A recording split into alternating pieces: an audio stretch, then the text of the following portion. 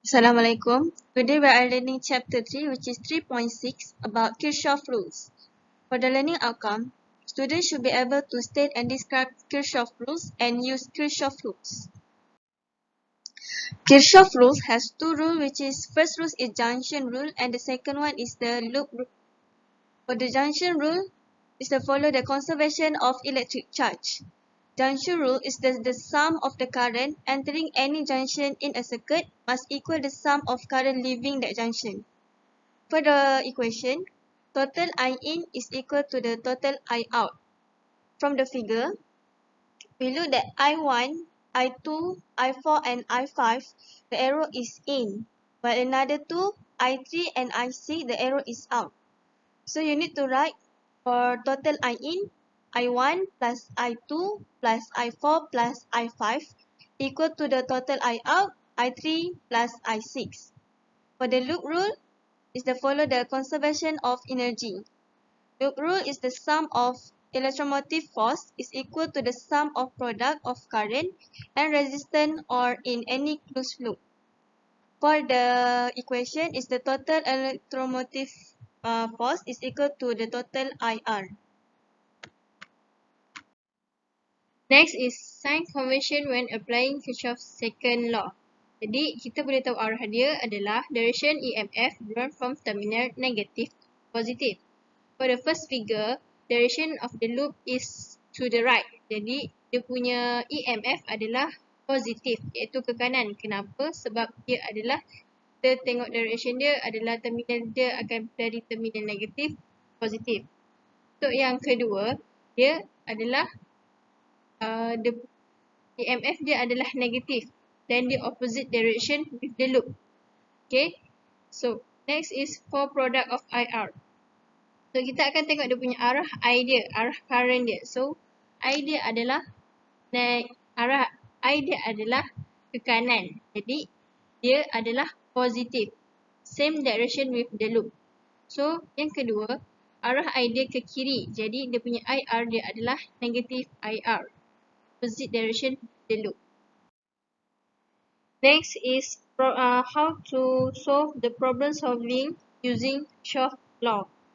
So the first is direction of the EMF. So kita dah tahu nak lukis dia punya direction adalah EMF akan bergerak dari terminal negatif to terminal positif.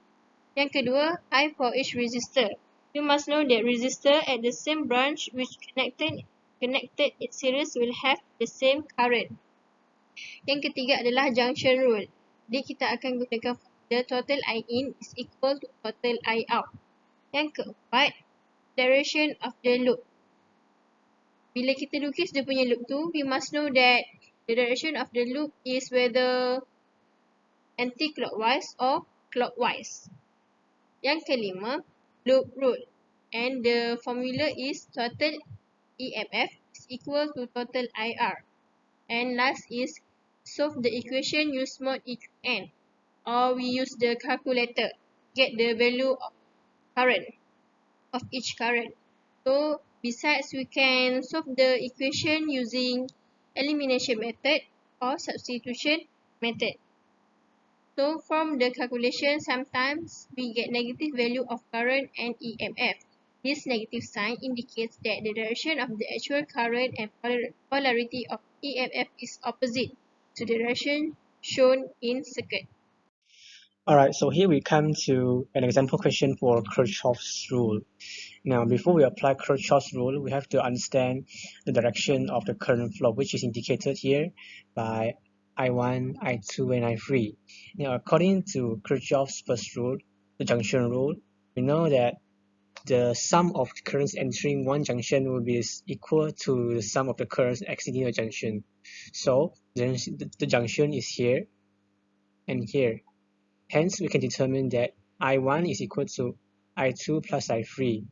Rearrange the equation and we will get I1 minus I2 minus I3 equal to 0, which is our first equation. Now, moving on to the loops. For loop number 1, which is here, we apply Kirchhoff's second rule, the loop rule, which states that the total EMF in the loop is equal to the sum of the product of currents and resistance in the loop. Now, the total EMF for this loop here is 9 volts, which you will get from adding 6 and 3. As for the resistance and currents, for the current of I2, we have a resistance of 2 ohms here, while for the current of I1, we have resistance of 6, which is from 4 here plus the 2 here. Now, we substitute all these values into the equation, we get this 3 plus 6 equals to 2I2 plus 4 plus 2I1. And then you evaluate it, become this equation, which will be our second equation. Now for loop 2, this loop, the total EMF in this loop will be 15 volts from the 9 volts here plus the 6 volts here. And the current will be I3 and I1.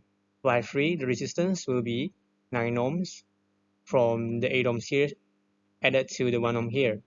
And for the I1, it will still be 6 ohms from the 4 ohm here and the 2 ohm here. Now we substitute all these values into the equation and we get this equation, equation 3. And then we write these three equations simultaneously, we will get these three simultaneous equations. Now using the calculator function for equations, we will be able to solve these simultaneous functions and obtain the values I1, I2, and I3. Now from the obtained values, you can determine that I1 is 1.32 amperes downwards. Alright, so for question B, we see this circuit which has only one loop. So we now apply Kirchhoff's second rule, the loop rule. And however, for the total EMF, we have to find the difference between this and this. We do not add together like A, because look at the orientation of batteries or dry cells.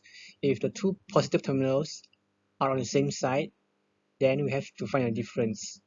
If they are on the opposite sides, we can add them together. So the total EMF for this circuit is 30 minus 10, which is 20. And then for the resistance, it's already stated here, 8, 5, 7, and 12 ohms. We just have to add them together. And then we just use the rule to find I, which is equals to 0.385 amperes. However, the question wants us to find the potential difference between point A and B. So this is point A and B, and we still use the same equation. However, we just remove the 30 ohm and 30 volts and the 27 ohm resistor, because these are no longer included in the circuit between the potential difference of A and B.